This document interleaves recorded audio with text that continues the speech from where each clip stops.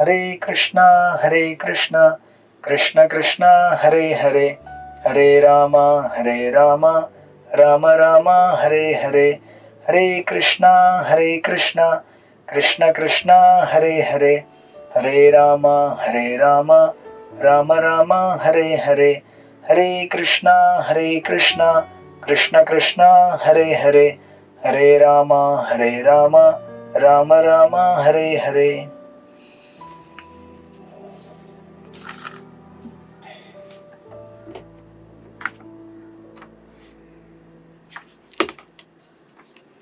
परम पूज्य राधानाथ स्वामी महाराज, एसी भक्ति वेदांत स्वामी प्रभुपाद, भक्ति सिद्धांत सरस्वती, गौर किशोर, भक्ति विनोद, बलदेव जगन्नाथ, विश्वनाथ, नरोत्तम, कृष्णदास, रघुनाथ जी, रूप स्वरूप सनातन, श्री चैतन्य महाप्रभु, ईश्वरपुरी, नित्यानंद अद्वैत, माधवेंद्रपुरी, लक्ष्मीपति, व्यास तीर्थ, ब्रह्मण्य तीर्थ, पुरुषोत्तम, जय धर्म, राजेंद्र, विद्यानिधि, दयानिधि, ज्ञान सिंधु, जयतीर्थ, अक्षोभ्य, माधव, नरहरि, पद्मनाभ, मध्व, व्यास, नारद, ब्रह्मा, श्री कृष्ण।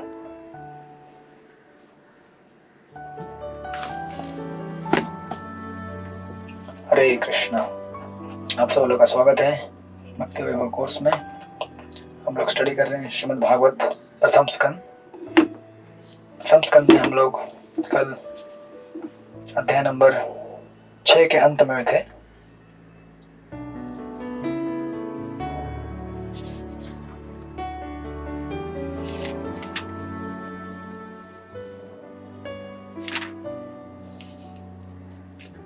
ओके, तो हमने आई थिंक श्लोक नंबर 32 तक पूरा किया।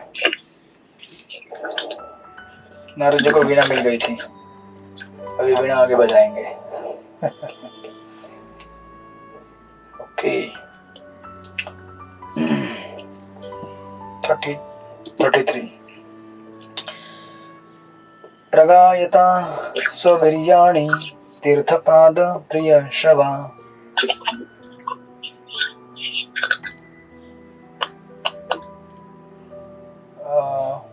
किसका माइक ऑन है? माइक म्यूट कीजिए। हरि बोल। आहुत इव मे शीघ्रं दर्शनं याति चेतसी। ओके, पढ़िए विभा माता जी, पढ़िए इसका अनुवाद 33rd वर्स।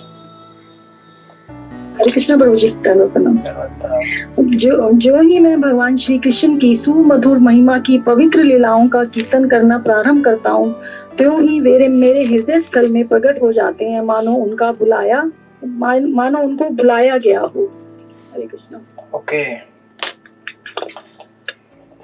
तो इसके पहले नारद मुनि जब उस पेड़ के नीचे बैठ कर तपस्या कर रहे थे अपने पास्ट लाइफ में, तो भगवान उनके दृष्टि से ओझल हो गए थे।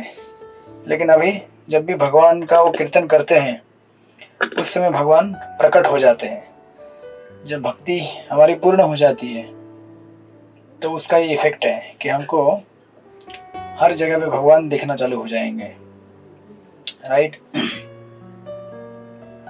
तो कभी कभी ऐसा होता है, हम लोग जब करना चालू करते हैं, जैसे मैंने कल भी कहा था, लेकिन जब हम कब खत्म होगा इसकी प्रतीक्षा करते रहते हैं, और हमारा एक्सटेसी ज़्यादा काउंटर बीट पे रहता है। काउंटर नीचे उतर गया तो एक्सटेसी आती है, काउंटर ऊपर रहेगा तो मन उदास हो जाता है, अभी इतना करना है क्या। तो काउंटर जैसे जैसे उतरता है तो हमको लगता है कि भक्ति में एक्सटेसी आ रही है हमको, है ना। कभी कभी ऐसा हमें भ्रम होगा, तो वो भ्रम तब दूर होगा जब जिस दिन आपकी माला थोड़ी लटक जाएगी और रात को 10-11 बजे तक माला चलती रहेगी, तो आपको पता चलेगा, अरे बाप रे, ये तो मेरा काउंटर खींचा जाता था इसलिए मैं खुश होता था।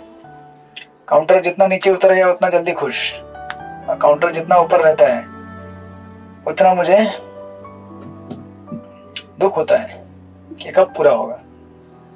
क्योंकि वास्तव में हम लोग जब करना नहीं चाहते, राइट, करना चाहते भी हैं लेकिन प्रायोरिटी नहीं है हमारे इसमें, और ऐसे जपा में भगवान प्रकट नहीं होते। जैसे भगवान कहते हैं, यत्र गायन्ति मद्भक्ता तत्र तिष्ठामि नारद, जहाँ पे मेरे भक्त मेरा गायन और कीर्तन करते हैं प्रेम के साथ, मैं वहाँ पे प्रकट हो जाता हूँ। लेकिन जहाँ हम भगवान को बुलाना ही नहीं चाहते, वहाँ भगवान क्यों आएंगे? जहाँ हमारा लक्ष्य है, उद्देश्य नहीं है कि भगवान आए। अब नारद मुनि ने वो अवस्था प्राप्त कर ली है कि उस अवस्था के माध्यम से जब भी वो कीर्तन और गान करते हैं तो भगवान, ये शुद्ध भक्तों का, हर किसी शुद्ध भक्त का अब इसलिए देख सकते हैं कि जब जब कथाएं चलती हैं तो उन कथाओं में जितना हमारा ईगरनेस रहेगा कथा सुनने का और कथा वाचक का और श्रोताओं का, उतनी मात्रा में भगवान प्रकट हो जाते हैं वहां पे। आप इसका अनुभव कर सकते हैं तो इसीलिए भागवत कथा मतलब ये इक्वली रहता है दोनों के ऊपर, श्रोता और वक्ता दोनों के ऊपर। और कभी कभी वक्ता ठीक से ना हो, लेकिन श्रोता अगर एकदम इंस्पायर्ड हो, इंथुजियास्टिक हो, ईगर हो, तो वक्ता के माध्यम से भगवान अपने आप को प्रकट करा देते हैं, भले वक्ता का क्वालिफिकेशन हो या ना हो। ये पोटेंसी है भगवान की कथा का, राइट। तो यहाँ पे नारद मुनि कह रहे हैं कि जब जब मैं उनके कीर्तन प्रारंभ करता हूँ मेरे हृदय स्थल में प्रकट हो जाते हैं। प्रभुपाद लिखते हैं कि परम पूर्ण भगवान अपने दिव्य नाम रूप लीला तथा उनकी शब्द ध्वनियों से भिन्न नहीं है। इसलिए जो ही शुद्ध भक्त उनका नाम रूप कीर्तन करते हैं तथा स्मरण करते शुद्ध भक्ति में लग जाते हैं, तो ही भगवान आध्यात्मिक दृष्टिपटल, यहाँ पे प्रभुपाद लिखते हैं टेलीविजन के द्वारा शुद्ध भक्त के हृदय रूपी दर्पण पर अपना प्रतिबिंब उसके दिव्य आंखों के सामने दिखलाते हैं। इसी अतएव शुद्ध भक्त जो भगवान से दिव्य प्रेम भक्ति का कारण जुड़ा रहता है, प्रतिक्षण भगवान की उपस्थिति का अनुभव कर सकता है। प्रेमांजन चरुते भक्ति विलोचन है ना। अगर जहाँ प्रेम रहेगा वहां पे भगवान अपने आप सहज प्रकट हो जाएंगे, राइट। और इस प्रपोर्ट के लास्ट के 2-3 लाइन में प्रभुपाद लिखते हैं, श्री नारद भगवान की महिमा का कीर्तन किसी निजी लाभ के लिए नहीं अपितु इसलिए करते हैं क्योंकि यह महिमा गायन भगवान से अभिन्न होता है। तो भगवान से मिलने का तरीका बहुत आसान है एक्चुअली हमारे लिए, every day and day out. नहीं, भागवत प्रेम से पढ़िए, जब प्रेम से कीजिए, तो भगवान हर बार हम लोग जब जपा करने जाते हैं या फिर कथा श्रवण करने जाते हैं तो हम भगवान से मिलने जा रहे हैं इस भाव से जाना चाहिए। ऐसा नहीं कि चलो अभी करना है तो अभी कर लेते थोड़ा सा जप, अभी क्लास अटेंड कर लेते हैं, दोपहर की नींद थोड़ी खराब हो गई संडे की दोपहर है, अच्छी नींद आ रही थी, ये दोपहर में ही क्लास रख लेते हैं 3 से 5, यही तो पीक टाइम रहता है आराम करने का। नहीं फिर 4 बजे तो नींद टूट जाती है, फिर शाम को क्या सोना है। 3 के पहले तो कार्यक्रम चालू समाप्त होते नहीं। लेकिन ऑफकोर्स तपस्या है, ये तपस्या है नहीं सखी प्राण काशीनाथ तपस्या है ना? नहीं है, प्रेम है, प्रेम है लगता है माता जी प्रसाद बना रही है इसलिए आप प्रेम में मगन हो गए हैं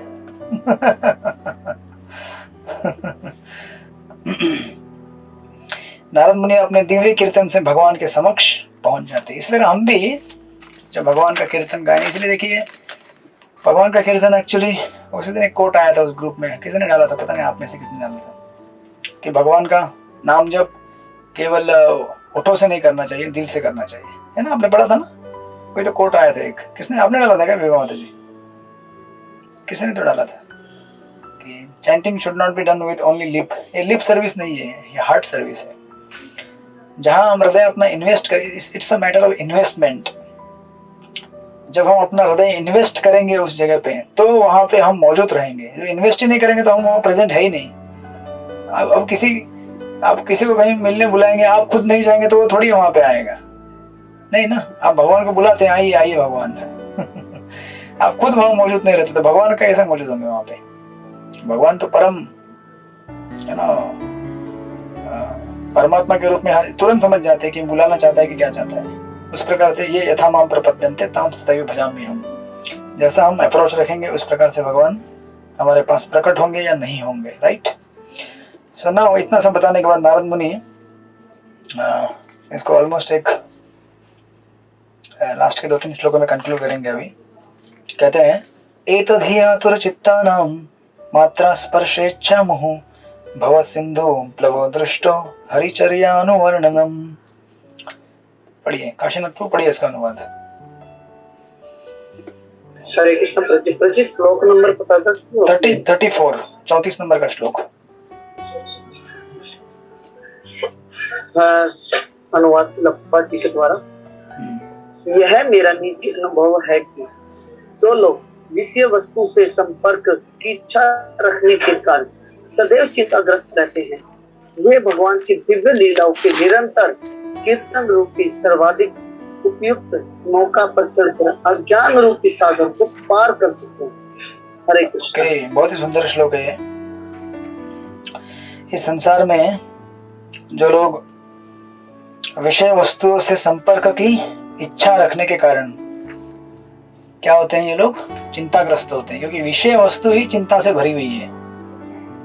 क्योंकि विषय वस्तु का संपर्क, यही संस्पर्श जब होगा, दुख ये ने वे होते अद्यंतो अंत कौन्तेय नतेषु रमते बुध। बुद्धिमान मनुष्य ऐसे सुखों में कभी मगन नहीं होता जो आदि मध्य और अंत तीनों अवस्थाओं में हमें दुख पहुंचाते केवल, है ना। भगवद गीता में भगवान श्री कृष्ण कई बार इसका विवरण देते हैं। और ये ऐसा चीज है कि एक बार उसको आपने स्पर्श किया तो उसके साथ हर्ष शोक पैदा होगा। हर्ष शोक पता है ना, चित्रकेतु महाराज के लीला में बालक का नाम था हर्ष शोक। तो महाराज को लगा कि थोड़ा सा मस्ती करेगा, थोड़ा तकलीफ देगा, चलेगा, नॉटी होगा। नॉटी नॉटी बोलते हैं ना बच्चे को, मेरा पप्पू मेरा बंटी नॉटी है। लेकिन वो ऐसा नॉटी नहीं था वो वो तो उनको इतना दुख दिया, थोड़ा सा शोक और बहुत सारा हर्ष, सॉरी थोड़ा सा हर्ष बहुत सारा शोक, हर्ष शोक। तो यहाँ पे नारद मुनि कह रहे हैं कि इस जगत में हम लोग क्या करते हैं, क्रेव करते हैं, क्रेविंग। क्रेविंग यानी कि इंद्रिय विषय की वस्तुओं को स्पर्श करने के लिए हमारी इंद्रियां लालायित रहती हैं। ऐसा क्यों होता है? क्योंकि इसके लिए दो कारण है। एक तो पूरे दुनिया में यही प्रोपेगेंडा चलता है कि इसी से आनंद आएगा, इसी में मजा है।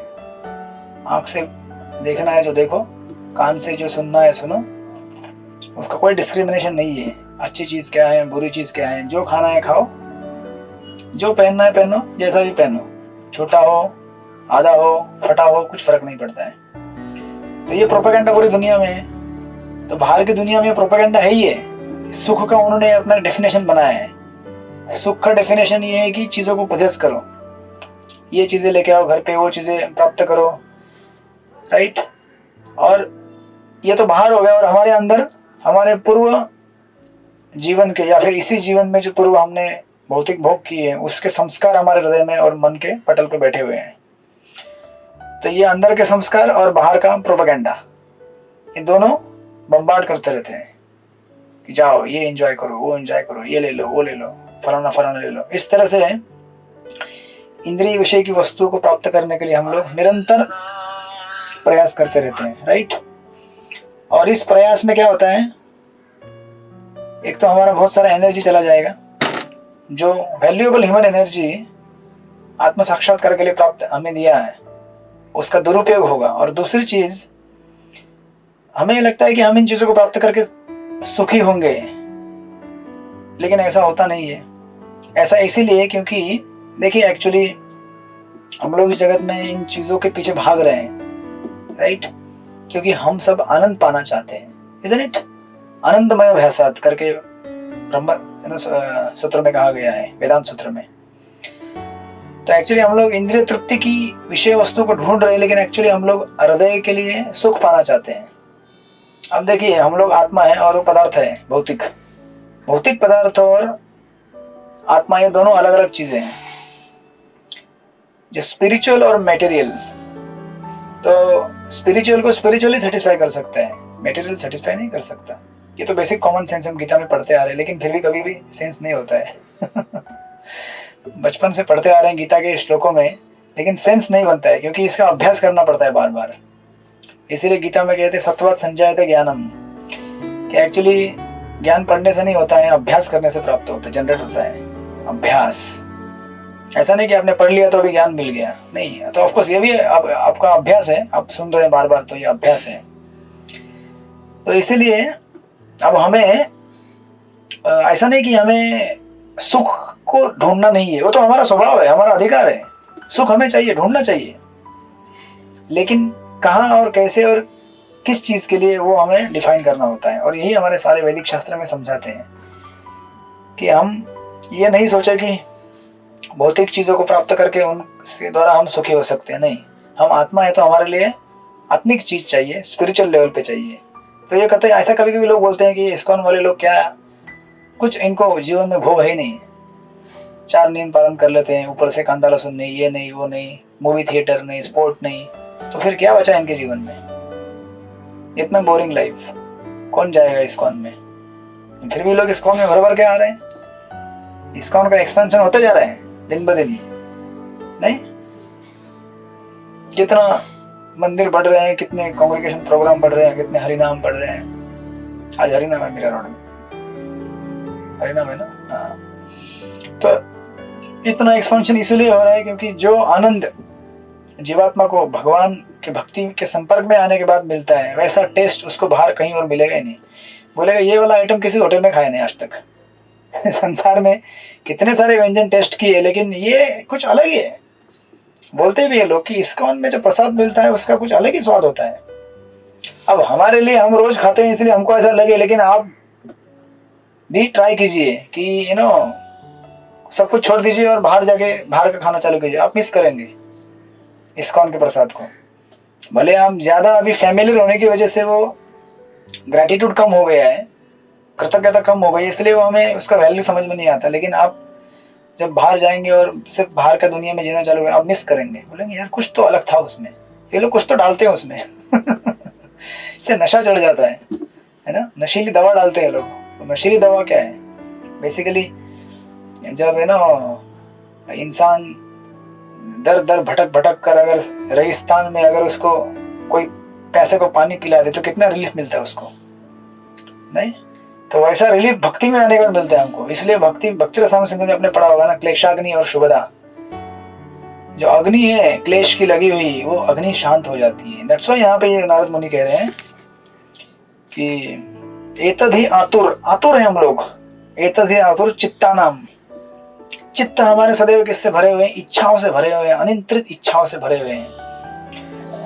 मात्रा यानी कि विषय वस्तु स्पर्श करने के लिए इच्छा है। तो ऐसे लोगों के लिए क्या है? भव सिंधु प्लव दृष्टो हरिचर्यानुवर्णनम, भगवान के नाम का और कथाओं का अनुवर्णन, निरंतर गायन कीर्तन, जो कि व्यासदेव अभी लिखेंगे। ये इंस्ट्रक्शन दिया जा रहा है नारद मुनि द्वारा व्यासदेव को। देखो व्यासदेव, इस प्रकार आप अगर भगवान की कथाओं का आप कीर्तन करोगे तो आपका भी टेंशन दूर हो जाएगा। आपको संतुष्टि नहीं हो रही थी ना, यह आपके असंतुष्टि का मूल कारण है कि आपने हरिचर्यानुवर्णन नहीं किया है, राइट? तो इस प्रकार प्रॉपर यहाँ पे प्रॉपर में लिखते हैं, जीव का लक्षण यह है कि वह थोड़े समय के लिए भी मौन नहीं रह सकता, राइट? वह कुछ ना कुछ करता रहता है, कुछ ना कुछ सोचता है, बोलता रहता है। तो अभी हमें कुछ ना कुछ बोलना है, सुनना है, ये हमारा कॉन्स्टिट्यूशनल पोजीशन है कि हम जीव हैं। तो यहाँ पे प्रभुपाद फिर बोलते हैं कि अगर आपको बोलना ही है, सुनना ही है, तो क्या कीजिए? भगवान को गुणगान करने वाले चीज़ों को ग्रहण कीजिए, जिससे आप संतुष्ट हो सकते हैं, न कि माया से जो जुड़ी हुई वस्तुएं हैं उससे, जिससे हमें संतुष्टि मिलेगी नहीं। वो पूरा परपट में प्रभुपाद ये करते हैं, तो मैं पूरा पढ़ नहीं रहा हूँ उसको। प्रभुपाद एक जगह लिख रहे हैं बीच में, उसे चाहिए कि वह मर्त्य मनुष्य की राजनीति की चर्चा न चलाकर स्वयं भगवान द्वारा संचालित राजनीति की चर्चा चलाए। वह सिनेमा पात्रों के कार्यकलापों में रुचि न दिखाकर भगवान के उनके नित्य पार्षद यथा गोपियों तथा लक्ष्मियों के साथ की लीलाओं की ओर ध्यान दे। सर्वशक्तिमान भगवान अपनी अहेतु की कृपावश पृथ्वी पर अवतरित होते हैं और संसारी पुरुषों की भांति अपने कार्य दिखलाते हैं, राइट? तो ये सब भगवान लीलाएं करते हैं किसके लिए? हम सबको। प्रभुपाद लास्ट के 2-3 लाइन में लिख रहे हैं, ऐसा करने से बद्धजीव क्रमशः दिव्य पद पर उन्नत होता है और समस्त कष्टों के स्रोत इस भवसागर को पार करता है। और नारद मुनि ये किससे कह रहे हैं? अपने निजी अनुभव से कह रहे हैं। उनका भी निजी अनुभव है ना। दासी के पुत्र थे, इतने जीवन में कष्ट मिला, माता बचपन में गुजर गई, आत्म साक्षात्कार के मार्ग के लिए निकले तो इतनी बाधाएं आई रास्ते में, लेकिन जब हरिचर्यानुवर्णन किया उन्होंने तो संसार के सारे कष्टों को, दुखों को पार करते हुए भगवान के पास पहुंचे। राइट, हमें भी ऐसा ही अनुभव हो सकता है यदि हम, प्रभुपाद लास्ट के 2 लाइन में लिखते हैं, हमें भी ऐसा ही अनुभव हो सकता है यदि हम भगवान के प्रियतम भक्त इस ऋषि के चरण चिन्हों का अनुसरण करने लगे। जो क्वालिटीज उनके दिए हैं, जो लाइफ उन्होंने जिया है, उस प्रकार। तो जब हम ये समझेंगे कि ठीक है, हमें आनंद तो चाहिए, लेकिन हम आनंद भौतिक वस्तुओं में न ढूंढते हुए आध्यात्मिक वस्तुओं में ढूंढे, तो फिर हमारा जीवन क्या हो जाएगा, दिशा, हमारे रिडायरेक्शन बदल, एक नई डायरेक्शन हमको मिलेगी, और उस डायरेक्शन से हम लोग क्या करेंगे, ऐसा सुख प्राप्त करेंगे जो कभी खत्म नहीं होता है ना, अनंत काल के लिए टिकेगा ऐसा सुख।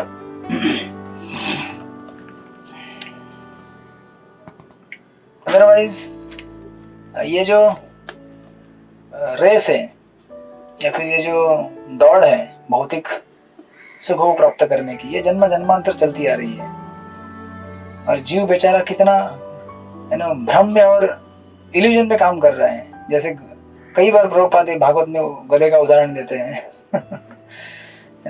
गधे को पता है कि हम इतना घास उठाएंगे तो भी हमको तो इतना ही मिलने वाला है, कितना भी काम करेंगे हम तो इतना ही मिलेगा। क्योंकि माया कैसे करती है, देती है, बताती है बहुत सारा मिलेगा, है ना, प्रॉमिस बहुत बड़ा रहता है, लेकिन डिलीवरी करते समय अंडर डिलीवरी होता है, बहुत ही कम, और वो आज तक हम समझ नहीं पाए। जिस दिन हम ये समझेंगे तो उस दिन समझेगा कि कितना घाटा हुआ है हमको। बिजनेस करने ही नहीं आया हमको, हम निकले थे बिजनेस करने के लिए, इस जगत में निकले बिजनेस करने के लिए, लेकिन बिजनेस में क्या हो गया, घाटा ही घाटा होते जा रहा है। इतना घाटा है कि कर्ज भी हमारे ऊपर, लोन चढ़ गया है अभी। तो नारद मुनि अपने इस निजी अनुभव को यहाँ पे शेयर कर रहे हैं। एंड देन वो कहते हैं, अब इतना बताने के बाद अभी कुछ दूसरे मार्गों को भी यहाँ पे कंपेयर कर रहे हैं। क्या ऐसा हो सकता है वैसे को लगे कि अरे तो भक्ति मार्ग है तो क्या हुआ, बाकी योग मार्ग है ना, ज्ञान मार्ग है, उस मार्ग से भी तो लोगों की आत्मा संतुष्ट हो सकती है। नहीं, इसलिए कहते हैं यमादि भीर योग पथे काम लोभ हतो मुहु मुकुंद सेवया यद्दत् मुकुंद सेवया यद्वत् तथा आत्मा दन शम्यति। हरिपरायण प्रभु पढ़िए इसका अनुवाद, श्लोक नंबर 35। अनुवाद।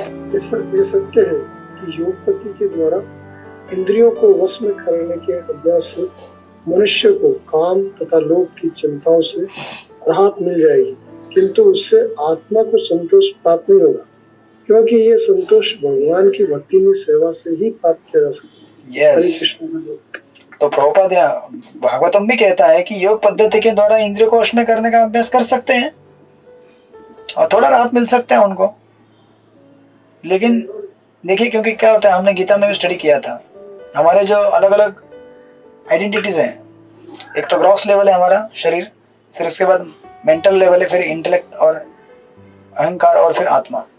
ये बाकी जितने भी प्रोसेस है, कर्म का मार्ग हमारे इंद्रियों को रेगुलेट कर सकता है, ज्ञान का मार्ग हमारे मन को रेगुलेट कर सकता है, लेकिन भक्ति का ही एक मार्ग ऐसा है जो हमारे आत्मा को टच कर सकता है।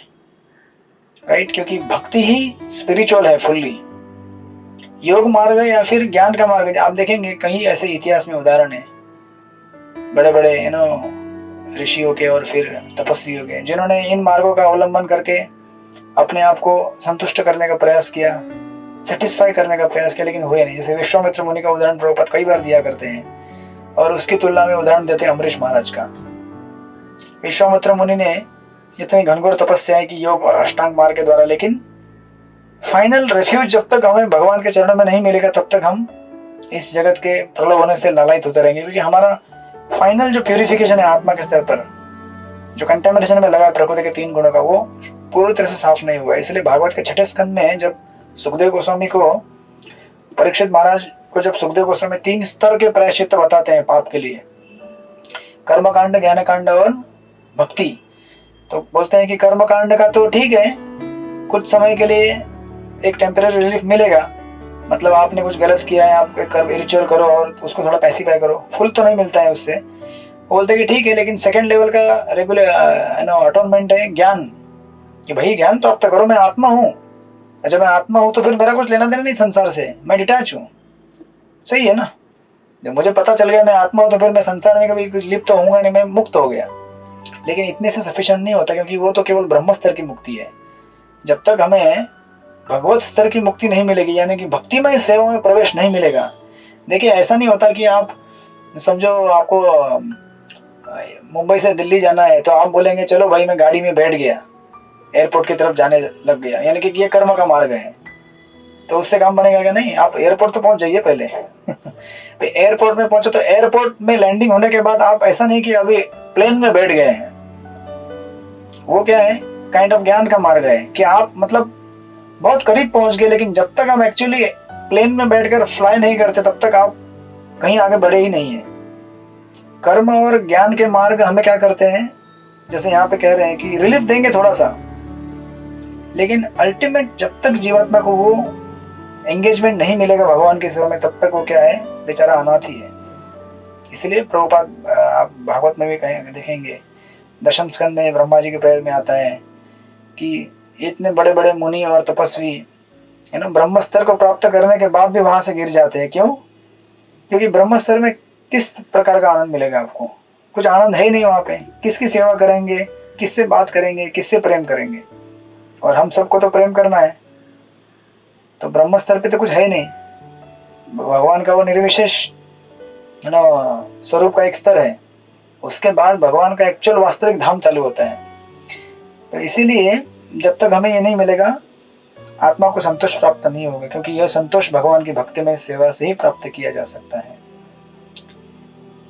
एक्चुअली ये सब आपको मतलब भगवत गीता एकदम जब बेसिक्स क्लियर हो जाएगा तो एक खट खट खट करके समझेगा आपको एकदम झटके में। नहीं, होपफुली आपको समझ रहा होगा, सब लोग समझ रहा है ना? राम बता रहे समझ रहा है कि नहीं समझ रहा है? हाँ समझ रहे हैं। प्रभुपाद लिखते हैं कि योग का लक्ष्य है इंद्रियों का संयम, आसन विचार। या उस दिन मैं पढ़ रहा था, चैतन्य चरु का एक आर्टिकल पढ़ रहा था बुक में, बोलता है कि आसन जो रहते हैं ना, उसने आसनों से वासना दूर नहीं हो सकती। लोग अलग तरह के ये आसन बिठाओ, वो आसन बिठाओ, अरे भैया वो सब फिजिकल लेवल पे है।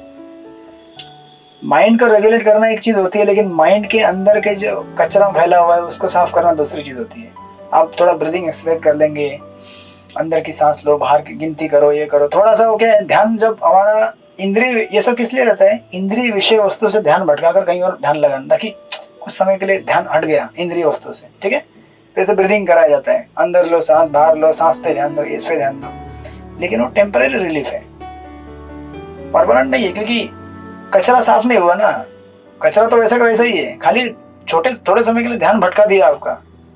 लेकिन जब वो कचरा साफ नहीं हुआ है तो वो बाद में ऊपर आएगा, समय मौका मिलते ही ऊपर आ जाएगा, राइट। इस तरह से यहाँ पे ये यहाँ पर प्रॉपर लिख रहे तीसरे लाइन में, इंद्रियां विषैले सर्प के तुल्य हैं और यह पद्धति उन्हें केवल वश में करने के लिए होती है।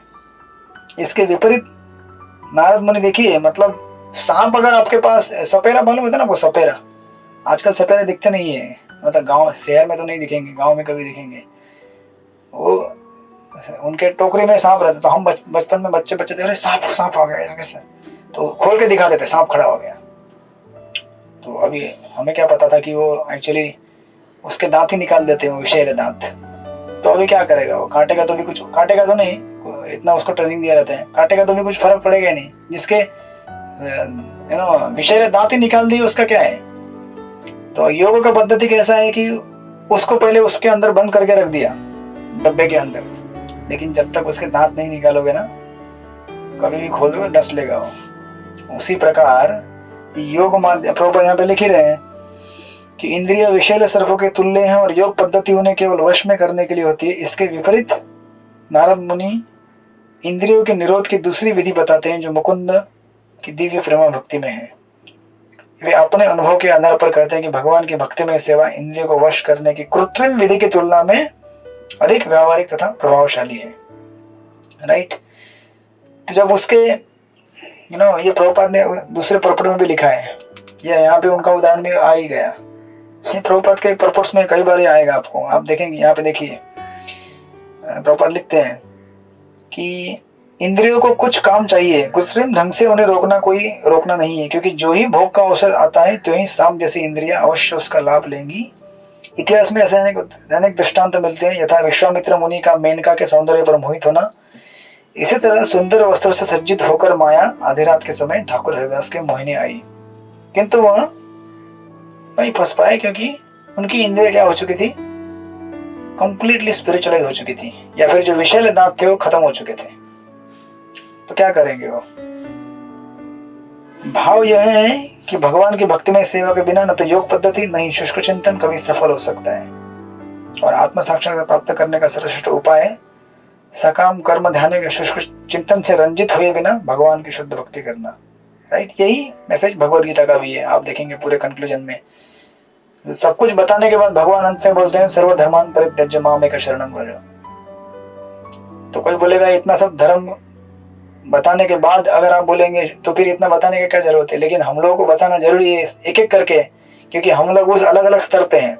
तो हर स्तर का क्या बेनिफिट है, क्या लॉस है, क्या बेनिफिट है, क्या लॉस है, एक एक करके स्टेप बाय स्टेप भगवान डिलीनेट करते हैं और फाइनली बोलते हैं कि सब छोड़ दो, क्योंकि इन सब का कोई लाभ नहीं है अंतिम। जैसे ना वो भागवत में और एक उदाहरण दिया है छठे स्कंद में, जैसे बरसात के समय में गर्मी के समय में गांव में ऐसे ना जंगलों में आग लगती है, सब जल जाता है, राख हो जाता है, हमें लगता है सब कुछ जल गया, क्या बात है, मैदान चौपट। जैसे ही बारिश की पहली बूंद गिरती है तुरंत घास ऊपर आना चालू होता है। कैसे आता है? कैसे आता है? क्योंकि उसका जड़ जमीन के नीचे है, एकदम सुरक्षित, उसको तो आग पहुंच भी नहीं पाती उस तक। जैसे मौका मिलता है तुरंत। और ये बाकी जो प्रक्रिया है ये ऐसे ही है, वो टेम्परली हमारे इनको शमन कर देंगे, लेकिन जो डिजायर है, जो एंजॉयमेंट का टेंडेंसी है, वो तो गया नहीं ना हमारा। जब तक वो नहीं जाएगा तब तक मौका मिलते ही, जैसे यहाँ पे उदाहरण है विश्वामित्र मुनि का।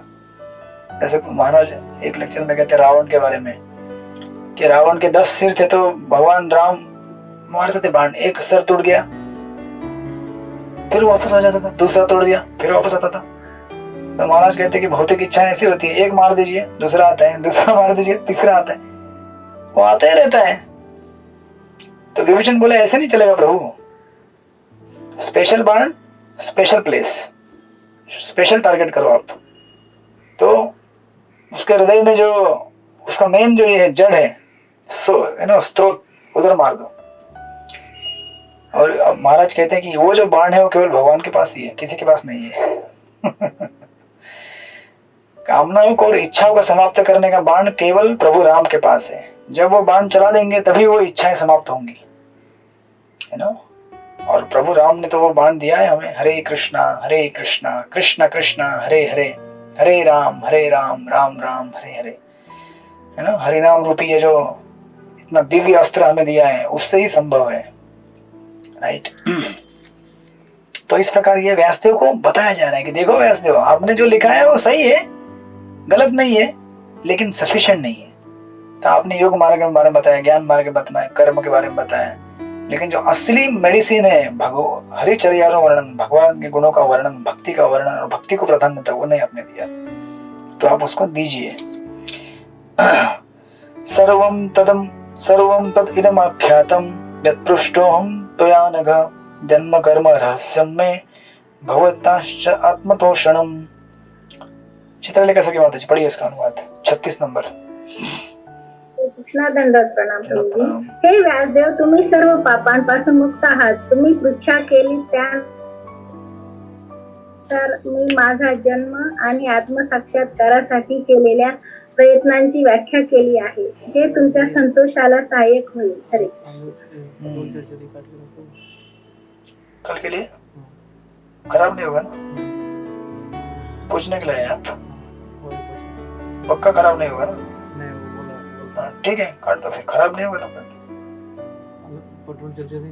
हाँ पूरा। सॉरी, ये थोड़े किचन वाले लोग आ गए यहाँ पे। यस, तो इस प्रकार बोल रहे हैं कि यह तुम्हारे आत्मसंतोष के लिए भी लाभप्रद होगा। तुम इस तरह से क्या करो, जो मैंने मार्ग बतलाया है और जो मैंने मेरे निजी अनुभव से बताया है, इस प्रकार भागवत का क्या करो, रचना करो। प्रभुपाद लिखते हैं, व्यासदेव की जिज्ञासाओं की तुष्टि के लिए अध्यात्म अवस्था के प्रारंभ करके भक्तिमय कार्य की पद्धति की सम्यक विवेचना की गई है। नारद ने बताया कि किस प्रकार दिव्य संगति के द्वारा भक्ति रूपी बीज बोया गया और वह किस तरह मुनियों से श्रवण करने पर धीरे धीरे बढ़ता गया। कितना इंटरेस्टिंग है। नारद मुनि अपना पूर्ण जीवन दिए, मतलब भक्ति में एंट्री करने के से लेकर परफेक्शन प्राप्त करने तक पूरा सफर उन्होंने बताया है। प्रभुपाद लिखते हैं कि ऐसे श्रवण से सांसारिकता से विरक्ति उत्पन्न होती है, यहाँ तक कि एक छोटे से बालक ने अपने एकमात्र संरक्षिका माता की मृत्यु के समाचार को ईश्वर का आशीर्वाद मानकर स्वीकार किया और वह तुरंत ही भगवान की खोज में निकल पड़ा। ये भक्ति की महिमा है ना। इकलौते बेटे का अगर माँ भी अगर गुजर जाए तो उसे वो भगवान की कृपा देख सकता है, और अगर भगवान की कृपा ना हो तो हमारे लिए बहुत बड़ा वो क्या है, भगवान ने अन्याय किया है। भगवान बहुत ही क्रूर है। भगवान ऐसा क्यों करते हैं, बुरे लोगों के साथ अच्छा क्यों होता है, ये हमने जीवन में सीखा था। फिर हम लोग यही सवाल करते हैं बाद में, अच्छे लोगों के साथ बुरा क्यों हो रहा है, मैं अच्छा हूं नहीं। हम भूल जाते हैं कि हमने ये सिद्धांत इसलिए पढ़े थे शुरुआत में, क्योंकि तब हमारे कुछ प्रॉब्लम नहीं था, अच्छा लग रहा था सब। लेकिन ये जो हमने पढ़ा था वो हम सबके ऊपर आएगा एक दिन इवेंचुअली। तो इसका पूरा जर्नी दिया है वहां पे, आप इसको पढ़ लीजिएगा।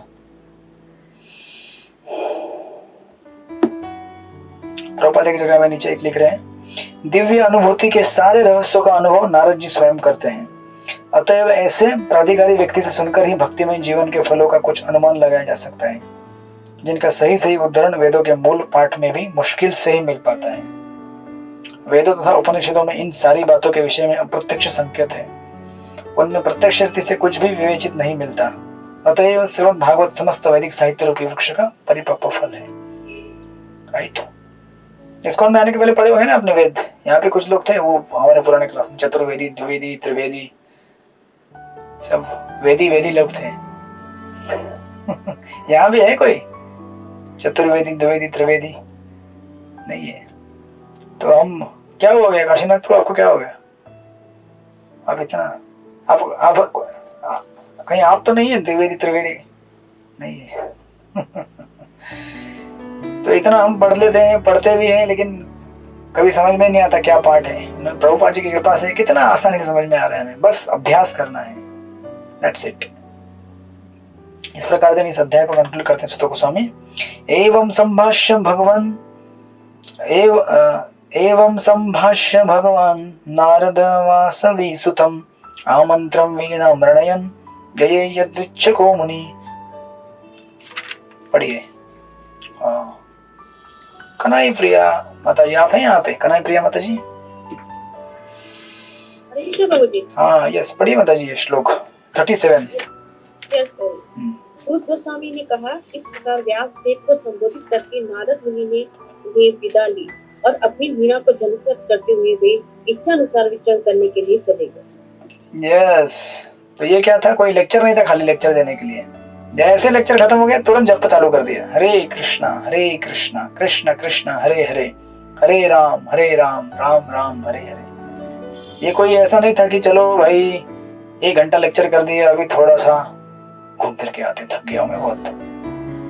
नहीं, ये बहुत, और ऐसा भी नहीं था कि आप देखेंगे भागवत के अंत में भी जब सुखदेव गोस्वामी ने परीक्षित महाराज को भागवत सुनाया तो वहां पे रुके नहीं देखने के लिए कि अब क्या होगा, कोई बख्शिश देगा हमें, दान दक्षिणा मिलेगा, या फिर सुखदेव परीक्षित महाराज को अभी क्या होगा देखूंगा मैं, कुछ नहीं। इतना विरक्ति है, अपना सेवा कर दिया, अभी अपना भजन में निकल गए। ये इन महात्माओं का लक्षण होता है। उनका सेवा था, नारद मुनि ने अपना सेवा किया, फिर उठाया अपना वीणा और बजाते हुए चल दिए, नारायण नारायण जो भी गाते थे। अभी आपको हम जो नारायण के भक्त को नारायण कहते हैं।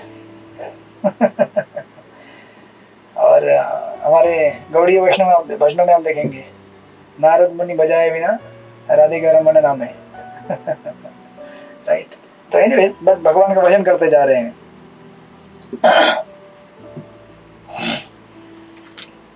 और फिर फाइनली कहते हैं यहाँ पे, लास्ट के श्लोक में। आप लोग प्रॉपर पढ़ लीजिएगा पिछले इसका श्लोक का, क्योंकि मैं थोड़ा 7th चैप्टर को बिगिन करना चाहता हूँ। अहो देव ऋषि धन्योऽयं यत्कीर्ति शांग धन्वनुन् गायन उन्मादन गायन माद्यन इदम तंत्र्या रमया तुर जगत। देवऋषि नारद धन्य है क्योंकि वे भगवान की लीलाओं का यशोगान करते हैं, और ऐसा करके वे स्वयं तो आनंद लूटते हैं और ब्रह्मांड के समस्त संतप्त जीवों को भी अभिप्रेरणा प्रदान करते हैं। प्रभुपाद लिखते हैं, श्री नारद मुनि अपने बिना भगवान की दिव्य लीलाओं के यशोगान करते तथा ब्रह्मांड के समस्त दुखी जीवों को सहारा दिलाने के लिए बजाते हैं। इस ब्रह्मांड में कोई भी सुखी नहीं है, और जिसे हम सुख के रूप में अनुभव करते हैं वह माया का मोह है। हमें विश्वास ही नहीं होता है सब पढ़ के। तो कितनी बार प्रभुपाद जी लिखते हैं सुख नहीं है, सुख नहीं है। मैं तो देख रहा हूँ सुख है बहुत जीवन में मैं तो सुखी हूँ, हमें तो ऐसा लगता है। मैं एक्चुअली हमें रियलाइज तब होगा जब जिस दिन समय आएगा हमारा। ये तो क्षणिक कुछ क्षणों के लिए हम लोग ऐसा तथाकथित सुख का अनुभव कर रहे हैं वो भी कितना एडजस्टमेंट मोड वाला सुख है। हम कितने सारे दवाइयाँ लेते होंगे आप लोग, पता नहीं। कितने सारे लोग एसी लगा के बैठे हैं, पंखे लगा के बैठे हैं। यहाँ पे मुझे मॉस्किटो काटते तो मैं पंखा लगाता हूँ नीचे पैरों को इधर और इसे हम सुख कहते हैं कि मैं सुखी हूँ। कितना एडजस्टमेंट है ना तथाकथित सुख को भोगने के लिए, राइट। भगवान की माया इतनी प्रबल है कि मल भक्षी होकर तक अपने को सुखी अनुभव करता है। नहीं, आज ही सुबह में सुनना था प्रभुपाद का कथा कि एक बार जब इंद्र सुअर बन गए थे, प्रभुपाद कई बार अपने कथाओं में कहते हैं, तो ब्रह्मा जी लेने के लिए आए। बोले चलो भाई पोस्ट खाली है वहां पे। बोले नहीं नहीं ऐसा कैसे जाऊं, यहाँ पे मेरी पत्नी है, बच्चे हैं, कौन देखेगा उनको। ये मेरा घर है, सोसाइटी है, स्कूल बच्चों का, ये हमारा यहाँ पे गाड़ी रखा है, पार्किंग है, प्रॉपर्टी है। जीव इतना मोह में फंस जाता है एक बार इसमें अगर जकड़ जाए कि अपने वास्तविक स्वरूप को भूल जाता है कि अरे भाई मैं तो स्वर्ग का राजा हूँ, त्रिलोकी हूँ, सब कुछ भूल जाता है। भ्रम उसे इतना घेर लेता है कि यू नो। फिर नारद मुनि दुखी वासियों को अभिप्रेरणा प्रदान करने के लिए सर्वत्र विचरण करने रहते हैं। उनका एकमात्र उद्देश्य उन्हें भगवान के पास धाम वापस ले जाना है। यही उद्देश्य उन सारे असली भगवत भक्तों का है जो इस महर्षि के पदचिन्ह पर चलते हैं। देन इस प्रकार अभी जब 6वां अध्याय पूरा होता है तो 7वें अध्याय के शुरुआत में ही, 7वें अध्याय का टाइटल है द्रोण पुत्र को दंड। अभी सब्जेक्ट मैटर यहाँ पे चेंज होना चालू हो जाएगा। अभी अब देखेंगे, अब हमारे प्राइम जो स्पीकर है भागवत के वो है सुखदेव गोस्वामी, श्रोता है परीक्षित महाराज। उनके बारे में तो अभी तो कुछ आया ही नहीं। आप बोलेंगे भागवत के 6 अध्याय पूरे हो गए, लेकिन परीक्षित महाराज किधर है, सुखदेव गोस्वामी कहाँ छुप गए जिनके बारे में हमने सुना कि ये श्रोता वक्ता है, तो ये तो दिख ही नहीं रहे। तो इतने पहले जो 6 अध्याय थे ये यही बताने में चले गए कि भागवत है क्या, भागवत कैसे उदित हुआ, भागवत सुनने से क्या लाभ होगा। इतना आपका जो बिल्डिंग रहता ना, बिल्डिंग का फाउंडेशन उन्होंने बना दिया। अभी इस फाउंडेशन के ऊपर फिर आपकी अभी फाउंडेशन चलेगा ये पूरा घंटे तक, उसके ऊपर फिर आपके बाकी के 11 स्कंद खड़े हो जाएंगे।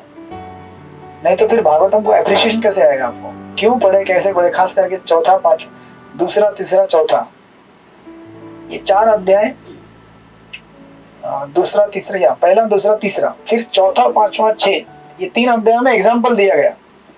पहले 3 अध्याय में सिद्धांत था बहुत सारा, फिर अगले 3 अध्याय में फिर उदाहरण दिया गया कि सिद्धांत केवल नाम के लिए नहीं। देखिए भागवत के जो रचयिता हैं नारद मुनि, उनका जीवन बतलाया गया। देखिए उनके जीवन में उन्होंने कैसे अनुभव किया भक्ति के बारे में, फिर व्यासदेव ने उसको रिकॉर्ड किया। तो अब देखेंगे यहाँ पे भागवत के 3 लेवल के सेटिंग्स हैं, 3 सेटिंग्स हैं। सबसे पहला तो हम देखें कि सुखदेव गोस्वामी शौनक आदि ऋषि सूत गोस्वामी को प्रश्न कर रहे हैं नैमिषारण्य के वन में जहाँ पे कथा हो रही थी। तो ये 3 अध्याय आपने पहले देखे उसमें। उसके बाद सेकेंड लेवल का डायलॉग है नारद मुनि और व्यासदेव के बीच में, जो कि अध्याय 4, 5, 6 में आपने देखा, सेकेंड लेवल का डायलॉग। फिर थर्ड लेवल का डायलॉग अभी होने जाएगा, किस प्रकार सुखदेव गोस्वामी और परीक्षित महाराज भागवत के श्रोता और भागवत के वक्ता ये लोग प्रकट हो जाते हैं यहाँ पे। तो इतने बड़े राजा थे सुखदेव गोस्वामी, परीक्षित महाराज, उन्होंने घर संसार क्यों छोड़ दिया, है ना। गौर कृष्ण महाराज अपनी कथा में कहते इतने बड़े राजा थे, बिजी लाइफ था फुर्सत नहीं था, तो 7 दिन कैसे बढ़ गए गंगा के किनारे। और सुखदेव गोस्वामी किसी भी जगह पे रुकते नहीं थे, केवल गाय धोने, है ना, सब वो दोनों मात्रे ना, गाय धोने का समय कितना होता है, कुछ समय 10-15-20 मिनट तक, उतना ही रुकते थे। फिर वो कैसे रुक गए 7 दिन? अद्भुत है ये कथा, बतलाइए हमको। तो उसका यहाँ पे विवरण चालू हो जाएगा, लेकिन उसके पहले इस शुरुआत के 5-6 श्लोकों में, 7 श्लोकों में पिछले अध्याय से थोड़ा सा कैरी फॉरवर्ड करेंगे कन्वर्सेशन को। शौनक ऋषि, अभी बैक टू जो हम तीसरे अध्याय में देख रहे थे, शौनक ऋषि और सुत गोस्वामी का डिस्क्रिप्शन। तो शौनक उवाच निर्गते नारदे सूत भगवान बादरायण श्रुतम वास्तदम अभिप्रेतम तत् किम करो विभु। पढ़िए पांडव की माता जी अनुवाद पढ़िए इसका, श्लोक नंबर 1-7। हरे कृष्ण गुरुजी, दंडवत प्रणाम। ऋषि शौनक ने पूछा, हे सूत, जब महान तथा दिव्य रूप से शक्तिमान व्यासदेव ने श्री नारद मुनि से सब कुछ सुन लिया, तो फिर नारद के चले जाने पर व्यासदेव ने क्या किया? क्या किया? लेक्चर खत्म होने के बाद स्टूडेंट लोगों ने क्या किया, और टीचर कहाँ चले गए? टीचर सो गए, स्टूडेंट भी सो गए हरे कृष्णा। ओके, माइक्रोफोन यहाँ पे थोड़ा अनडिटेक्ट हो रहा था। एनीवेज, इस अध्याय में श्रीमद् भागवत के वर्णन किए जाने के लिए संकेत मिलता है, क्योंकि महाराज परीक्षित को अपनी माता के गर्भ में चमत्कारी ढंग से बचा लिए गए, राइट। तो पूरा पिछला इसका यहाँ पे बैकग्राउंड दे रहे हैं कि अभी इस अध्याय में क्या होने वाला है। तो महाभारत में जो आपने देखा था कि महाभारत तो खत्म हो जाता है और द्रौपदी के जो 5 पुत्र हैं उसके ऊपर अभी अटैक करेंगे अश्वत्थामा, द्रोणाचार्य के पुत्र। तो उसका यहाँ पे विवरण किया जाएगा। प्रभुपाद लिखते हैं कि इस महापुराण श्रीमद् भागवत का शुभारंभ करने के पूर्व श्री व्यासदेव ने समाज द्वारा सारे सत्य की अनुभूति प्राप्त कर ली। तो उसका ये 6 श्लोकों में विवरण। अभी नारद मुनि ने उनको इंस्ट्रक्शन दिया कि आप इस तरह से भागवत लिखिए और भक्ति का अनुभव कीजिए। तो अभी वो अनुभव करेंगे भक्ति का और फिर भागवत लिखेंगे। सूत उवाच ब्रह्मनद्यां सरस्वत्यां आश्रमं पश्चिमे तटे शम्या प्रास्य इति प्रोक्तम ऋषीणां सत्रवर्धन। रमेश मोदी को पढ़िए अनुवाद, श्लोक नंबर 2।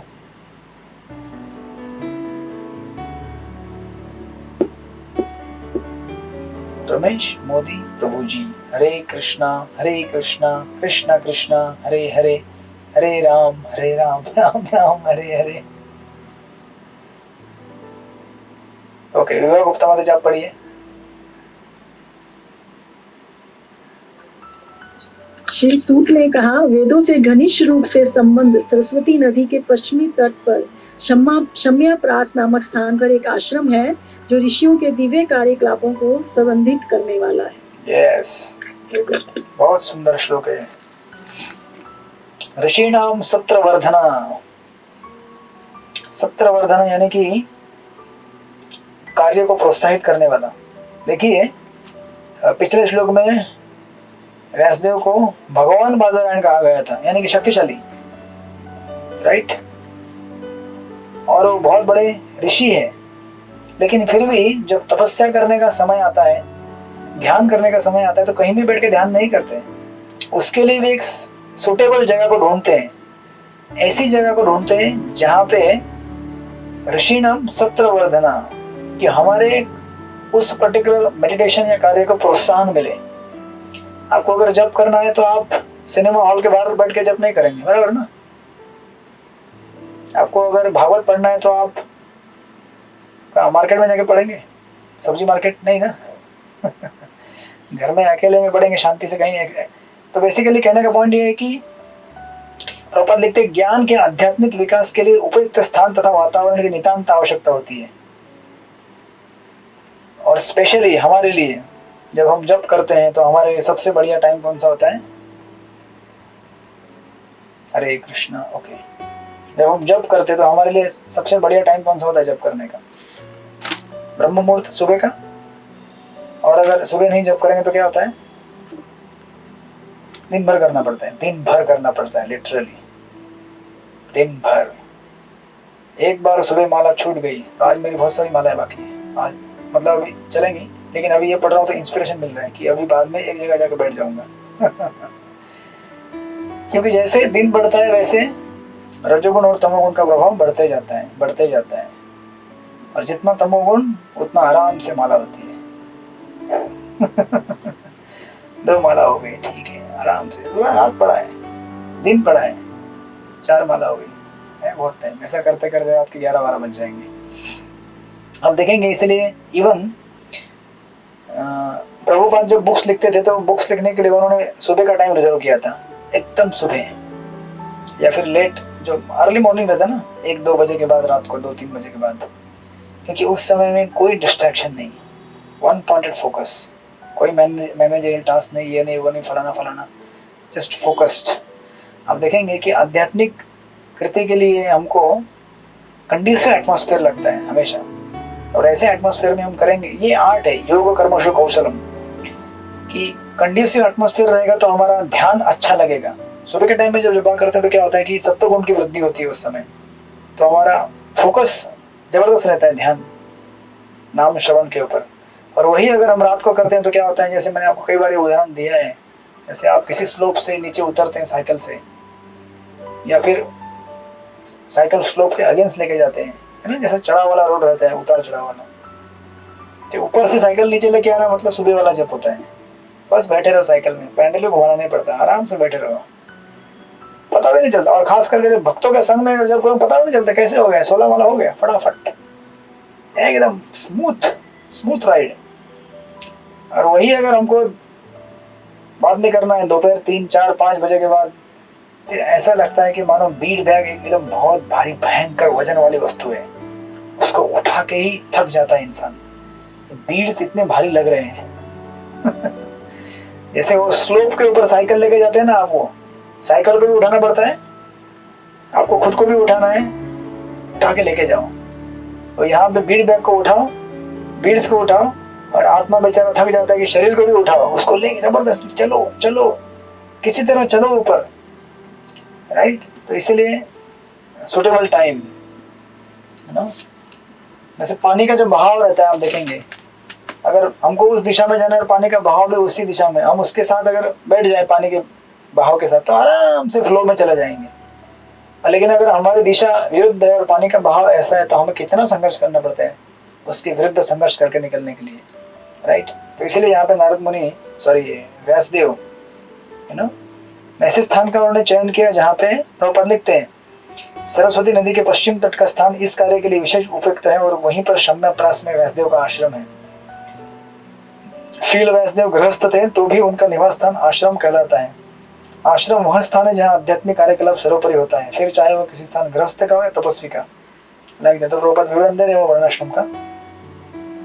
प्रभुपाद अंत में लिखते हैं अंतर तो केवल वैराग्य के आधार पर औपचारिकता का होता है, सन्यासी अपने व्यवहारिक वैराग्य के बल पर ही सम्मान की दृष्टि से देखे जाते हैं। तो फिर उन्होंने क्या किया वहां पे, तस्मिन् स्व आश्रमे व्यासो बधिरषण्ड मंडिते असीनोपशिष्य प्रणिदध्यो मन स्वयं।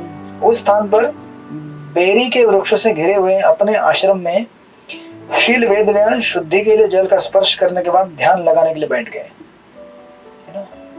हमको भी कभी कभी जाना चाहिए जप करने के लिए ऐसे स्थान पे, नहीं, जहाँ पे सुंदर पानी के झरने बह रहे हैं, हंस बैठे हैं, पंछियों की मंद मंद आवाज आ रही है, हवाएं मंद झोंके से चल रही, बस वहां बैठ के केवल कीर्तन करते रहो, हरे कृष्णा कृष्णा कृष्णा हरे हरे, हरे राम राम राम हरे हरे। आधे लोग तो कहेंगे प्रभु जी ऐसा जगह मिले तो क्या नींद आएगा, इतना सुंदर नींद, अच्छा जो इतने महीनों से मैंने लिया नहीं है। तो यहाँ पे कह रहे अपने गुरु श्री नारद मुनि के आदेश अनुसार व्यासदेव ध्यान में मग्न हो गए। फिर क्या हुआ, ध्यान में जब हो गए तो क्या देखा उन्होंने, भक्ति योगेन मनसि सम्यक प्रणीते अमले अपश्यतम पुरुषम पूर्ण मायांशम तदा पाश्रय। पढ़िए हरि पुराण को पढ़िए, अनुवाद 4 नंबर का श्लोक। इस प्रकार उन्होंने भौतिकता में किसी लिप्तता के बिना भक्ति में, सेवा भक्ति योग में बंद कर अपने मन को पूरी तरह एकाग्र किया।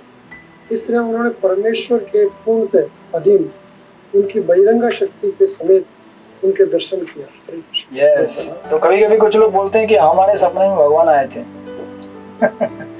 या हमने भगवान को देख लिया है। तो उनसे पूछना चाहिए कि भगवान को जब देखा तो भगवान के साथ और कोई देखा क्या आपने? बोलते नहीं, हमने हमको ही देखा और हम और भगवान दोनों मिलके रास लीला कर रहे थे, घूम रहे थे। नहीं, जिसने प्रॉपर, कई बार कहते हैं कि जिसने वास्तविक भगवान का दर्शन किया उसने माया को भी देख लिया है, क्योंकि माया भगवान की परछाई है। उनके साथ आपको, जैसे व्यासदेव ने यहाँ पे देखा, प्रॉपर लिखते हैं परम सत्य का सम्यक दर्शन केवल भक्ति योग द्वारा ही किया जा सकता है। अब व्यासदेव ने इंस्ट्रक्शन नारद मुनि से लिया और इंस्ट्रक्शन लेने के बाद उस इंस्ट्रक्शन को यहाँ पे क्या कर रहे हैं, फॉलो करके अपने आप को रियलाइज कर रहे हैं कि क्या उन्होंने बोला, मैं समझ लूँ, उसको जान लूँ भगवान के ऊपर ध्यान करके, एंड देन भागवत लिखेंगे वो। मनुष्य केवल भक्तिमय सेवा द्वारा ही पुरुषोत्तम पूर्ण भगवान की सही सही अनुभूति प्राप्त कर सकता है और ऐसे पूर्ण ज्ञान के बल पर ही वह भगवत धाम में प्रवेश कर सकता है। राइट। हाँ, और एक चीज बरोबर लिखते हैं, श्रील नारद ने श्रील व्यासदेव को उपदेश दिया कि भगवान तथा उनकी दिव्य लीलाओं के ध्यान में निमग्न हो जाए। श्रील व्यासदेव को ब्रह्म तेज नहीं दिखलाई पड़ा क्योंकि यह पूर्ण दृष्टि नहीं है। राइट। तो कभी कभी जो लोग तथाकथित भगवान का दर्शन करते हैं, मतलब जिन्हें पूर्ण रूप से भगवान के दर्शन का प्राकट्य नहीं हुआ है, वो कहेंगे कि हमने तो कुछ लाइट देखा या फिर भगवान मेरे साथ आए थे तो बांसुरी बजा के चले गए। नहीं, पूर्ण दर्शन होगा भगवान का आपको। ऑफ कोर्स आप लोग पढ़ लीजिएगा इसका पूरा, प्रभुपाद उन चीजों को आगे लिख रहे हैं, मैं उस डिटेल में नहीं जाऊंगा। बट देन आगे क्या हुआ, यया सम्मोहितो जीव आत्मानं त्रिगुणात्मकं परोपि मनुते अर्थ तत्कृतं चाभिपद्यते। हरिपुराण को पढ़िए इसका अनुवाद 5 नंबर। जीवात्मा तीनों गुणों से अतीत होते हुए भी इस बहिरंगा शक्ति के कारण अपने आप को भौतिक पदार्थ की खोज मानता है और इस प्रकार भौतिक कष्टों के फलों को भोगता है। यस, तो क्या हो रहा है यहाँ पे कि एक्चुअली उन्होंने भगवान को देखा, भगवान के साथ माया को देखा और उसके साथ साथ जीव कैसे इस जगत में भ्रमित हो रहे हैं वो भी देख रहे हो, है ना। हम तो आत्मा वस्तु हैं, लेकिन हम लोगों ने क्या किया है, हमारे मिसकॉन्सेप्शन की वजह से, मिस आइडेंटिफिकेशन की वजह से हम इस शरीर के साथ अतात्मा करते हैं, इस शरीर को अपना मानते हैं और इस तरह से इस जगत में फंस जाते हैं। जैसे आप देखेंगे कि कोई व्यक्ति जब मूवी देखता है, घर में बैठ के शांति से मूवी देख रहा है, हॉरर मूवी, तो मूवी में क्या होता है कि कोई किसी को पकड़ रहा है, मार रहा है, तो इसको भी पसीना छूट रहा है, ये भी डर रहा है। इसको पसीना छूटने की कोई बात है ही नहीं ना, इसको डरने की बात है नहीं, क्योंकि उसके साथ नहीं हो रहा है, तो मूवी में हो रहा है ना। लेकिन अपने आप को आइडेंटिफाई करता है कि अरे मैं वो हूँ, मैं अभी मर रहा हूँ, अभी मैं उठ रहा हूँ, क्या हो रहा है मेरे साथ। ऐसे सपने में आपको अगर टाइगर चेस करे, है ना, तो आप डर जाते हैं कि अरे टाइगर अभी मार रहा है, आप तो उधर ही सोए हो, कुछ नहीं हो रहा है आपको लेकिन आप अपने आप को इमेजिन करते हो कि मैं इस तरह से मर रहा हूँ, अभी मेरे को तकलीफ हो रही है। राइट। उस तरह से जो विशुद्ध आत्मा है, जो भौतिक पदार्थों से परे है, अपने चित्त को इन विषय वस्तुओं में इन्वेस्ट करने की वजह से उसको परिणाम भुगतना पड़ता है। अपना चित्त हम जहाँ इन्वेस्ट करेंगे उस प्रकृति के पदार्थ का गुण हमें प्राप्त हो जाता है, उसके जैसा स्वभाव हमें मिलता है। तो अगर हम हमारे चित्त को भगवान में अगर लगाएंगे तो हमें क्या होगा, भगवान के जैसा गुण प्राप्त होगा। तो प्रभुपाद पूरा उस परपट में इसका विवरण दे रहे हैं। एक मैं बीच की लाइन पढ़ता हूँ, जीवात्मा भ्रमवश अपने को भौतिक पदार्थ मान बैठता है। इसका अर्थ यह हुआ कि भौतिक स्थिति के बस में होने के कारण उसके सोचने, अनुभव करने तथा चाहने की वर्तमान विकृत विधि उसके लिए स्वाभाविक नहीं है। राइट। तो आप पढ़ लीजिएगा, बड़ा लंबा परपट है प्रभुपाद का ये, और पूरा सॉल्यूशन के साथ दे रहे कि किस तरह से बाहर निकल सकते हैं। प्रभुपाद के परपट पूरे एकदम एक परपट पढ़ेंगे तो भी परिपूर्ण रहता है कि उस परपट से आपको पूरा मार्गदर्शन प्राप्त हो। यस, एंड देन 2 श्लोक बचे हैं इस सेक्शन के, ये 2 श्लोक पूरे करेंगे अभी क्लास 5 मिनट में। अंदर तो फिर आगे क्या हो, देखिए आगे। अभी इस प्रकार जब उन्होंने नारद मुनि ने, व्यासदेव ने देखा कि जीव किस तरह से माया के साथ भ्रमित हो रहा है, उसका उपाय क्या है, उससे बाहर निकलने का। अनर्थ उपशमम साक्षात भक्ति योगम अदुक्षजे लोकस्य अजानतो विद्वांस चक्र सात्वत संहिताम। कहते हैं जीव की भौतिक कष्ट जिन्हें वह अनर्थ समझता है भक्ति योग द्वारा प्रत्यक्ष रूप से कम किए जा सकते हैं, किंतु अधिकांश जन इसे नहीं जानते।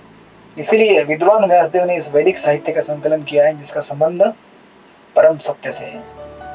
तो एक डॉक्टर रहता है, वो क्या करता है, बीमारी क्या है पहले पता करता है, उसके लक्षण द्वारा सिम्टम्स, फिर बीमारी का पता करता है, फिर बीमारी का उपाय क्या है। तो पिछले श्लोक में बीमारी बताई गई है, राइट, 6 नंबर के श्लोक में, सॉरी 5वें नंबर के, ये बीमारी है 5वें नंबर के श्लोक में दी हुई कि जीवात्मा इस जगत में अपने आप को भोग वृत्ति के कारण भौतिक संसार के साथ आइडेंटिफाई करता है और अपने आप को समझता है कि मैं ये हूँ, मैं हूँ, और फंस जाता है। और उसका उपाय क्या है, क्या करना है उसे, ये जो अनर्थ है, अनर्थ उपशमम साक्षात, उसके लिए क्या करना है उन्हें, भक्ति योगम अधोक्षजे, भगवान की भक्ति करनी है उसे, राइट। और जब भगवान की भक्ति करेंगे तो क्या होगा, आप बोलेंगे भगवान की भक्ति करने और भागवतम पढ़ने में क्या अर्थ है। भागवतम पढ़ने से क्या होगा कि अब देखिए हमारे लिए ये भगवद गीता के जो 3 अध्याय है, लास्ट के जो 6 अध्याय, उसमें से प्रथम जो 13, 14, 15 अध्याय काफी क्रिटिकल अध्याय हैं। उनमें जीव किस तरह से जगत में बद्ध होता है उसका वर्णन है। प्रकृति के 3 गुणों के आवरण के कारण हम लोग क्या है, फंसे हुए हैं, सत्व रजस तमस। उससे हमें जब बाहर निकलना है तो हमें क्या करना पड़ेगा, आध्यात्मिक दिव्य शुद्ध सत्व गुण का सहारा लेना पड़ेगा। और उसके लिए भगवान की भक्ति होती है जो भागवत के द्वारा हमें प्राप्त हो रही है यहाँ पे। तो भगवान की लीलाओं का जब हम श्रवण करेंगे तो हम सत्व गुण में स्थित हो जाते हैं। भगवान के नाम का जप करेंगे, हरे कृष्णा कृष्ण कृष्ण हरे हरे, हरे राम राम राम हरे हरे, तो हम सत्व गुण में स्थित हो जाते हैं। इस तरह से उस माया से हम बाहर निकल सकते हैं, राइट। तो ये सॉल्यूशन यहाँ पे देते हैं। और ऐसा सॉल्यूशन लेने के बाद क्या होगा, 7वें श्लोक में बता रहे हैं, यस्याम वै श्रूयमाणायाम कृष्णे परम पुरुषे भक्तिर उत्पदते पुंसम शोक मोह भयापह। ओके, चित्रलेखा सखी माता जी पढ़िए इसका अनुवाद। अनुकंप शक्ति माता जी आप पढ़िए, आपने नहीं पढ़ा ना, एक बार में आप पढ़िए। हरे कृष्णा। वैदिक साहित्य के श्रवण मात्र से भगवान श्री कृष्ण की प्रेमा भक्ति की भावना फूट निकलती है, जिससे शोक मोह तथा भय की अग्नि प्रशमित होती है। हरे कृष्ण। यस, तो ये 3 प्रकार के प्रॉब्लम हमारे अंदर है, शोक, मोह और भय। अभी जितने भी लोग क्लास में बैठे हैं इसमें से किसी न किसी एक चीज से अफेक्टेड है, या तो शोक, या तो मोह, या फिर भय। शोक किस लिए होता है, भूतकाल की चीजों के लिए होता है कि जीवन में ऐसा हुआ, वैसा हुआ, ऐसा होता तो क्या होता, ऐसा होता तो अच्छा होता, क्यों नहीं हुआ। बस भूतकाल के लिए चिंता करते रहो, शोक, लेमेंटेशन। और मोह प्रेजेंट टाइम में, अभी वर्तमान में हमें मोह है, हम समझ नहीं पाते हम कौन है, क्या है, क्या करना चाहिए। माया का आवरण इतना जबरदस्त है, जप में बैठ जाते हैं तो मन और कहीं चला जाता है, जब बाकी कार्य में लग जाते हैं तो जब की याद आती है। तो जब बाकी है, जब बाकी है, जब करने बैठते तो जब गायब हो जाते हैं, राइट। सुदाम प्रभु कहा करते ध्यान में। इस तरह से जीव हमेशा भ्रमित रहता है, जब जो चीज करने जाएगा वहां से उसका ध्यान भटक के दूसरी तरफ जाता है। दैट्स द चंचलता ऑफ द माइंड।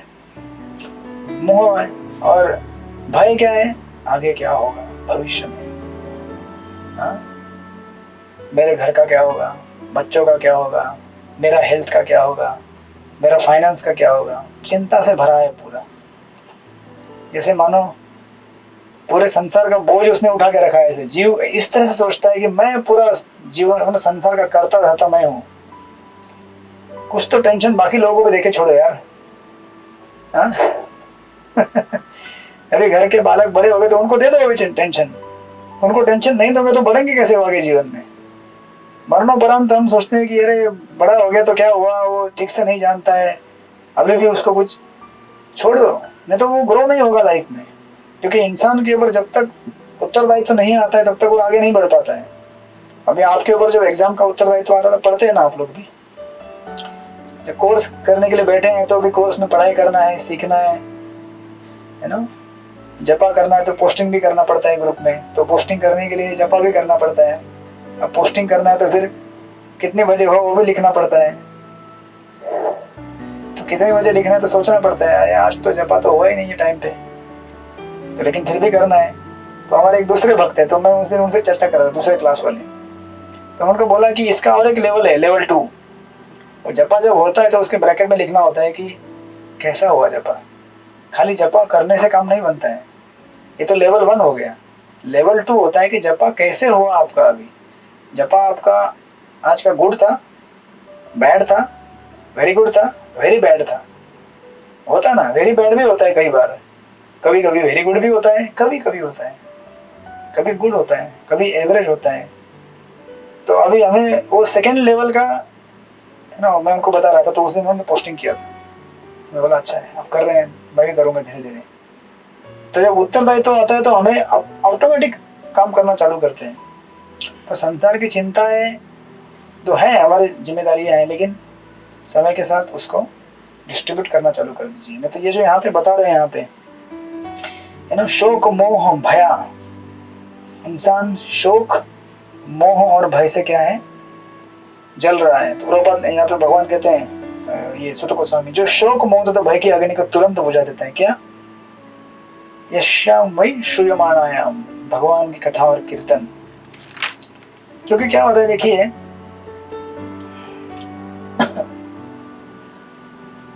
एक्चुअली हमेशा आप ये गीता का 14वां अध्याय और 13, 14 और 15 3 अध्याय पढ़ेंगे ना, बहुत आपको क्लैरिटी आता रहेगा हमेशा। क्योंकि सारा खेल उसी का रहता है, प्रकृति के 3 गुण जो हमारे ऊपर बार बार, उनसे हमें बाहर निकलना है, ये हमारी हथकड़ियाँ है। तो कोई बोलता है कि मैं तो सत्वगुण में हूँ, सोने की हथकड़ी है, तो क्या वो हथकड़ी तो है ना भैया, सत्वगुणी जीवन भी हथकड़ी है। सबसे बेकार हथकड़ी तमोगुणी है, और अधिकांश लोग रजोगुणी हथकड़ी में रहते हैं। मतलब संसार के लिए आसक्ति, घर परिवार बड़े, पैसा आवे, सब बढ़िया चले, ये रजोगुणी हथकड़ियाँ हैं। लेकिन ये भी हथकड़ियाँ हैं और उसमें चिंता हमेशा रहती है। तो ये खास करके शोक मोह और भय, ये जो तीनों क्या है, गीता में कहते हैं यया स्वप्नम भयम शोकम विषादम मदम एवच 18.35 में। ये रजोगुण के और तमोगुण के लक्षण है, खास करके तमोगुण के, शोक होना, भय होना और मोह होना। तो हमें अगर इन 3 गुणों से परे जाना है तो हमें भगवान का भक्ति करना पड़ेगा जो 3 गुणों से परे है, एज सिंपल एज राइट। भगवान का भक्ति करेंगे, और भक्ति हमें यहाँ कहाँ से मिल रहा है, भागवत से मिल रहा है। श्रीमद् भागवत इसीलिए यहाँ पे कह रहे हैं कि भागवत लिखो आप व्यासदेव, और ऐसे भागवत को लिखने से, इसको सुनने से, पढ़ने से हमें क्या होगा, इन 3 गुणों के पार जाएंगे। परपट में प्रॉपर पॉइंट लिखते हैं एक जगह बीच में, बहुत बढ़िया बढ़िया परपट आप लोग पढ़ लीजिएगा, इतना समय नहीं है इसलिए मैं ये नहीं कर रहा हूँ। फर्स्ट, सेकंड, थर्ड पैराग्राफ में लिख रहे हैं, भगवान की प्रेमा भक्ति भगवान के विषय में श्रवण करने से प्रारंभ होती है। भगवान तथा उनके विषय में सुनी गई विषय वस्तु में कोई अंतर नहीं होता। भगवान सभी प्रकार से पूर्ण है और इस प्रकार उनमें तथा उनके विषय में सुनी गई वस्तु विषय में कोई अंतर नहीं होता। अतः उनके विषय में श्रवण करने का अर्थ है दिव्य शब्द के उच्चारण की प्रक्रिया के द्वारा उनसे त्वरित संपर्क होना, और यह दिव्य शब्द ध्वनि इतनी प्रभावशाली होती है कि वह उपयुक्त समस्त भौतिक प्रभाव को दूर करके तुरंत असर दिखाती है। इसीलिए ये तो मैजिक है। जब जेन्युइन कथाकार और जेन्युइन श्रोता अगर रहेंगे तो उस कथा में आप दिव्य अनुभूति का अनुभव करेंगे, ट्रांसेंडेंटल ब्लिस, ऐसा ब्लिस जो आप कहीं बाहर किसी इस जगत में अनुभव नहीं करेंगे, क्योंकि प्रकृति के 3 गुणों के कंप्लीटली परे होता है ना। आप देखेंगे कभी हमारे मंदिर में कार्यक्रम होते हैं, सीनियर्स हमारे एडवांस डिवोटीज आते हैं, क्लासेस देते हैं, हम सुनते हैं, एक अद्भुत वातावरण रहता है वहाँ पे, जिसका वर्णन आप समझ सकते हैं जब आपने अनुभव किया होगा कभी क्लास में बैठकर। किया होगा आपने कई बार अनुभव, नहीं राइट? तो दैट्स द इफेक्ट। तो इस तरह से ये उनको संदेश दिया गया है, और फिर इस अध्याय में आगे चलकर या 9वें श्लोक से चलकर फिर बैकग्राउंड चालू हो जाएगा कि इस प्रकार अश्वत्थामा और उनका वर्णन, जहाँ से फिर भागवत के श्रोता परीक्षित महाराज उनका उगम होगा, और फिर ये कथाएं आगे बढ़ेंगी। तो इसको आगे देखते हैं हम लोग, आगे लगते हैं। हरे कृष्णा। श्रील प्रभुपाद की जय। श्रीमद् भागवत महापुराण की जय। वंचा कल्पतरुभ्यश्च कृपा सिंधुभ्यैव च पतितानां पावनेभ्यो वैष्णवेभ्यो नमो नमः। अनंत कोटि वैष्णव वृंद की जय। हरे कृष्णा। आप लोग भागवत पढ़िए, जपा कीजिए, पोस्टिंग करते रहिए, क्वालिटी लिखते रहिए और बिल्कुल डरिए मत। रात को 11 बजे हो जाएगी तभी भी आप लिख देना। कभी कभी हो जाएगी 11 बजे, कभी कभी सुबह 6 बजे हो जाएगी, लेकिन आनंद है जब भी हो जाएगी। हरे कृष्ण।